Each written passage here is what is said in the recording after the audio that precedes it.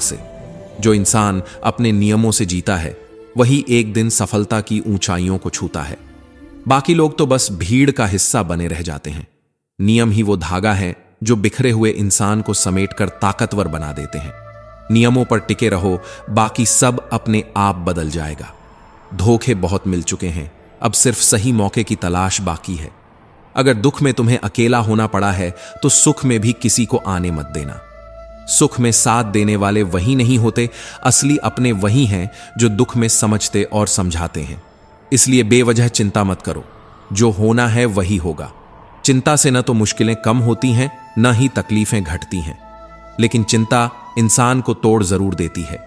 जीवन की सच्चाई यही है कि लोग तुम्हारी एक गलती पर तुम्हारी सारी अच्छाइयां भूल जाते हैं। तुमने 1000 अच्छे काम किए हों, मगर एक चूक तुम्हें कटघरे में खड़ा कर देती है। अगर सब कुछ कह देने के बाद भी कोई तुम्हें न समझे तो खुद को गलत मान लेना ही बेहतर है, क्योंकि समझदारी कभी कभी चुप रह जाने में होती है। हर किसी के पास कान होते हैं, मगर दिल से सुनने वाले बहुत कम होते हैं। सफल होकर दिखाओ उन लोगों को जिन्हें लगता था कि तुम कुछ नहीं कर सकते। तस्वीरें जरूरी हैं, क्योंकि आईना सिर्फ आज दिखाता है, मगर तस्वीरें बीते लम्हों को भी जिंदा रखती हैं। जो इंसान अपनी मेहनत की कहानी तस्वीरों और सफलता में छोड़ जाता है वही इतिहास बनाता है। हर किसी को ध्यान से देखो और सुनो, क्योंकि हर कोई सब कुछ नहीं जानता, मगर हर कोई कुछ न कुछ जरूर जानता है, और वही छोटी सी जानकारी तुम्हें बड़ी सीख दे सकती है। इस दुनिया में सब कुछ कभी नहीं मिलता, कुछ न कुछ अधूरा हमेशा रह ही जाता है। यही अधूरापन इंसान को आगे बढ़ने की प्यास देता है। अगर सब कुछ मिल जाए तो जीवन रुक जाएगा।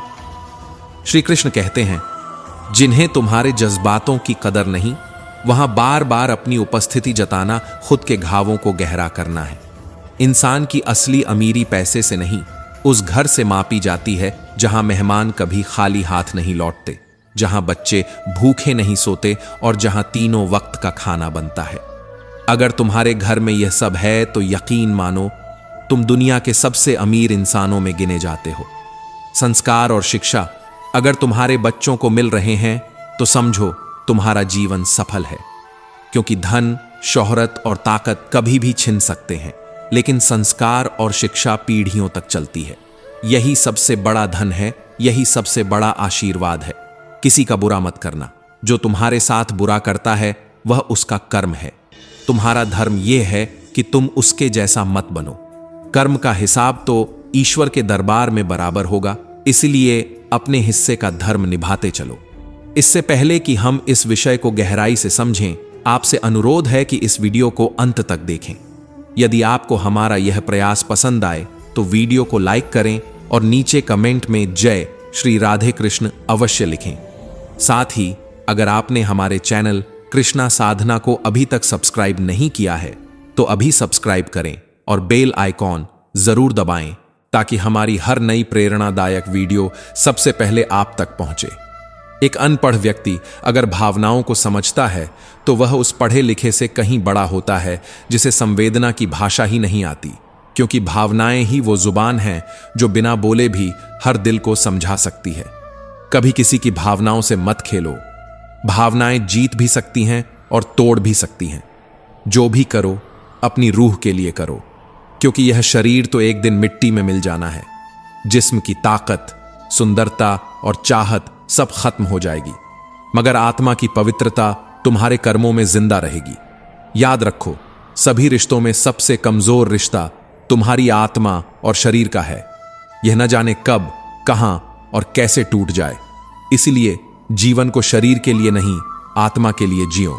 श्री कृष्ण कहते हैं, मां बाप वही लोग हैं जो तुम्हारे लिए वहां हाथ फैलाते हैं जहां वे खुद कदम रखना भी पसंद नहीं करते। उन्होंने तुम्हें बोलना सिखाया, जीना सिखाया और यही सिखाया कि त्याग कैसा होता है। अपनी जुबान की ताकत उन्हें मत दिखाओ, वरना वही शब्द जो उन्होंने सिखाए तुम्हारे अहंकार में आकर उन्हें ही चोट पहुंचाएंगे।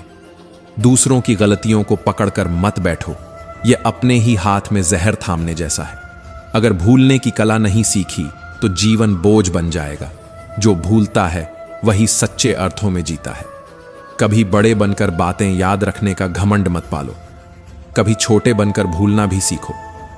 गलतियों का प्रायश्चित तभी होता है जब वे गलती से हुई हों।